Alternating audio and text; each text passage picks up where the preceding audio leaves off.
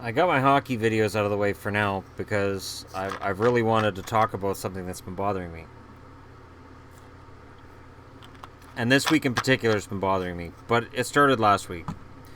So, at the time I'm recording this, Hurricane Harvey hit Houston about a week and a half ago. And it was terrible. Just awful. And once again, this was a chance for the news channels. And CNN gets a lot of crap for this. It's not just CNN. MSNBC does it. Fox News does it. They got to perch somebody there. They got to talk about, oh, this is terrible. And yeah, it rains and it was windy and people die.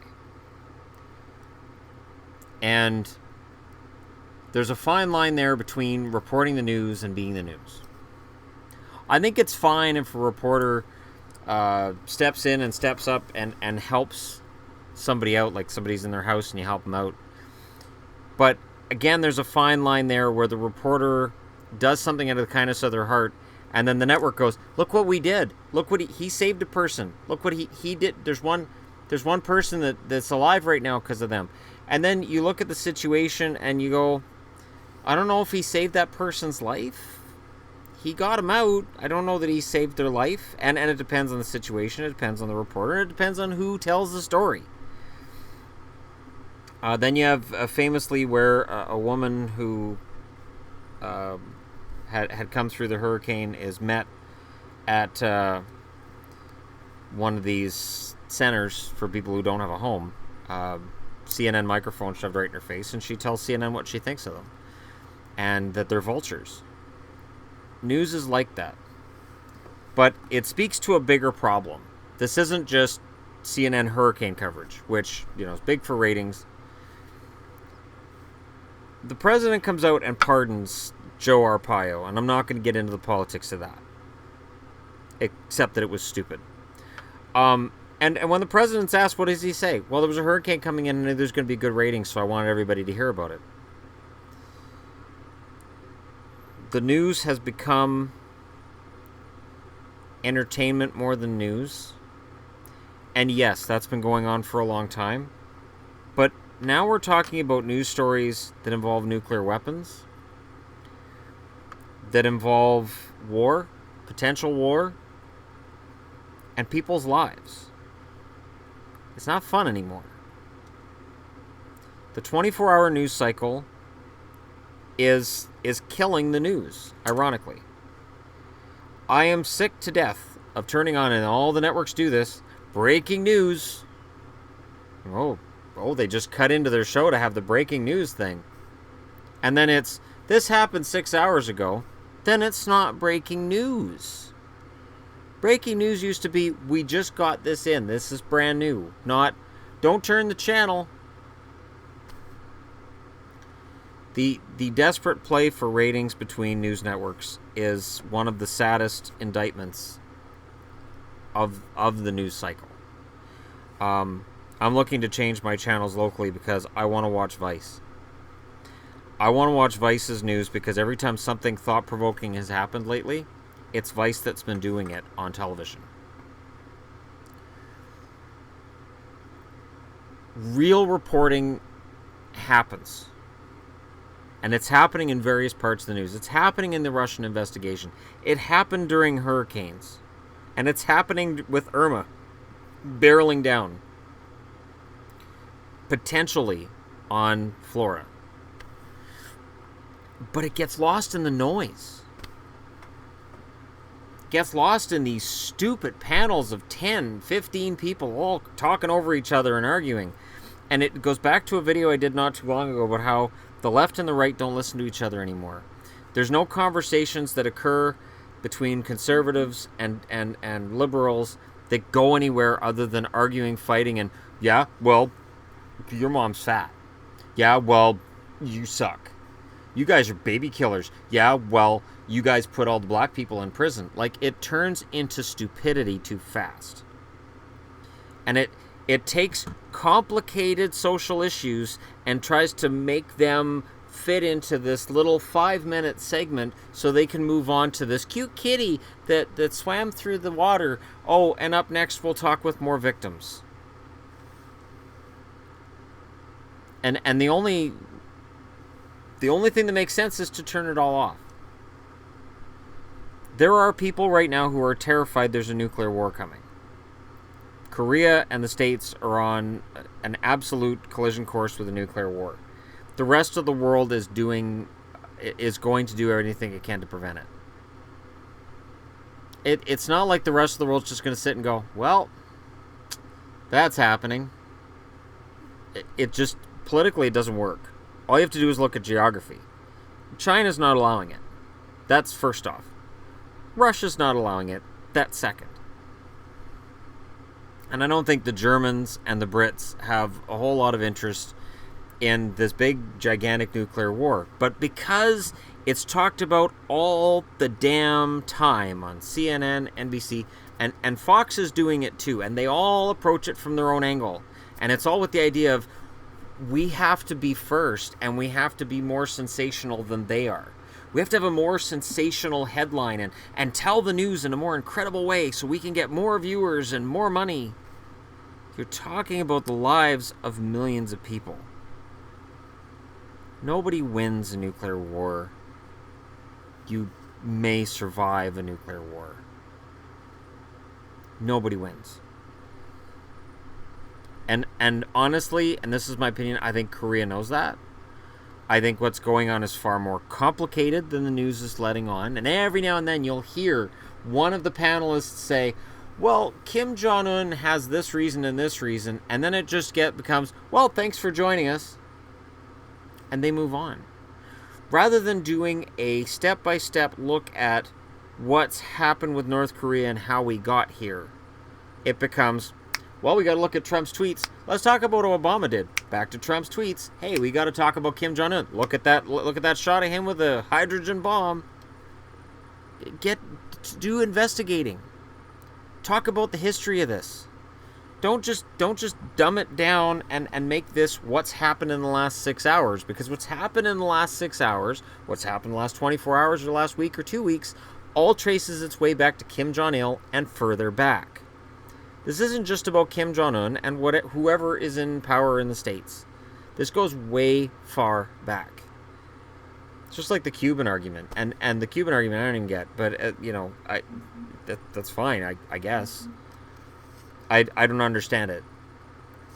But again, they don't get into that debate. Every now and then somebody will get up on one of these panels and say, well, we seem to care about the humanitarian issues with the Cuban government. Why don't we talk about other governments that the States has really strong trade with, that they have a horrible civil rights record too? The next statement is usually somebody saying something about how Trump's horrible, or the Democrats are horrible, or somebody saying something along the lines of, well, that's beside the point. Except that it isn't. It's actually very pertinent. And for me, looking for a news source now where it's not slanted left or right is so damned difficult. I can get it in Canada. I can turn on one of the Canadian news networks and get real news for an hour and go, oh, thank you.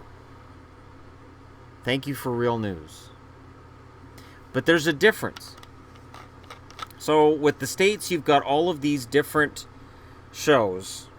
And whether it's Wolf, or it's Aaron Burnett's Legs, or whoever the host is of each show, it's basically the same thing regurgitated by other people. They may try to approach it a little bit different, but it's basically the same thing.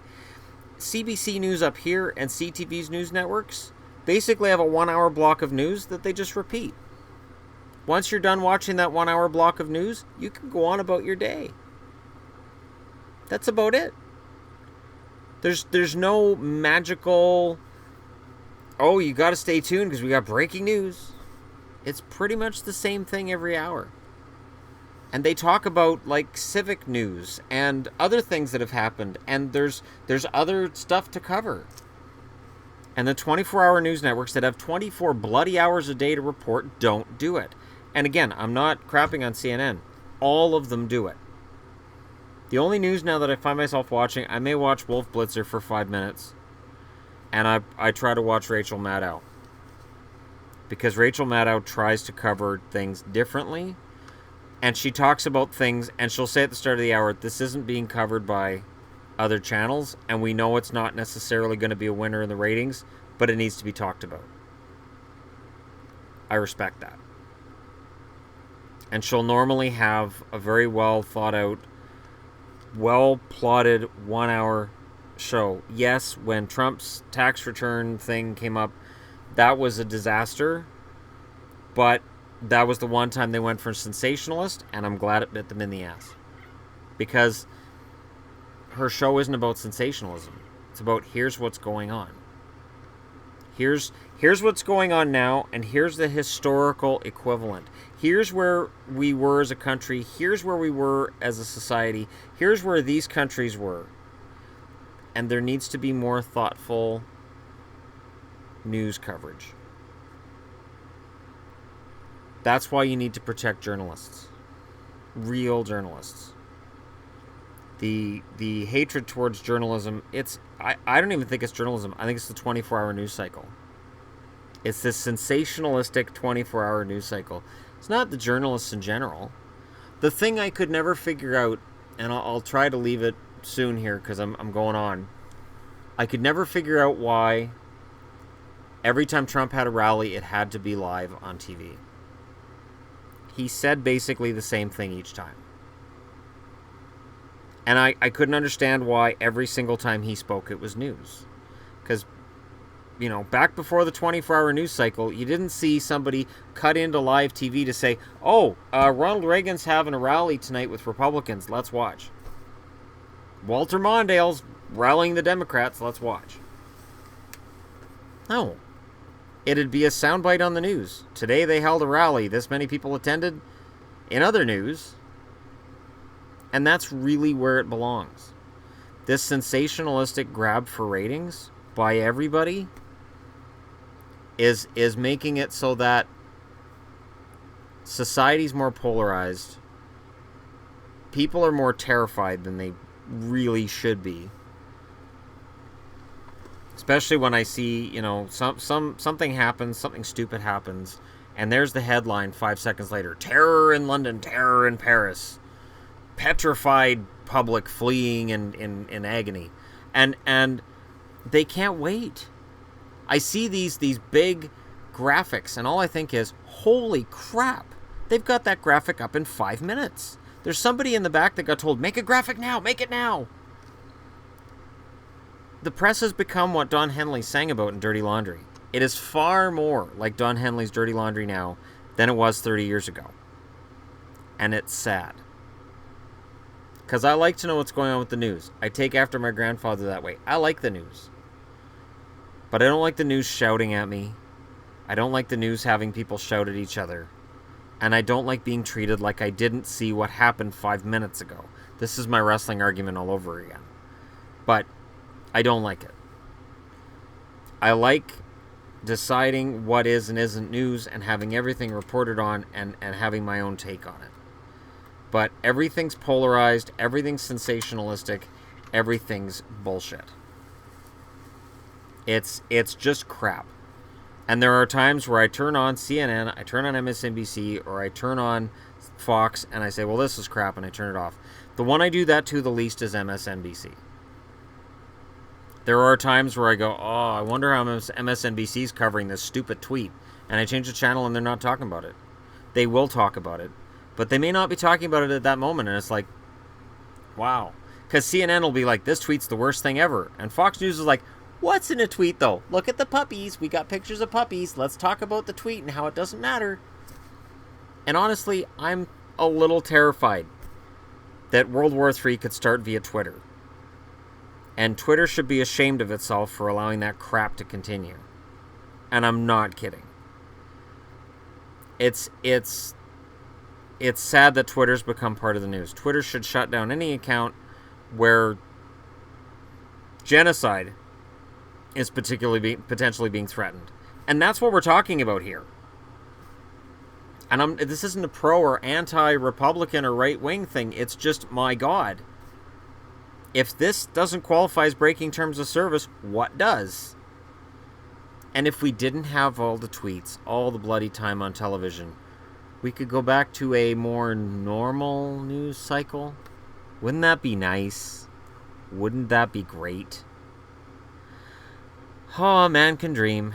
All right. That's it for this for now. I'll talk some more hockey on my regular channel. I just needed to get that 24-hour news cycle and just throttle it just a little bit, because it gets kind of sickening. Let me know your thoughts in the comment section below. Hit like and subscribe if you're browsing your way through. And thank you so much for watching. I'll talk to you again soon.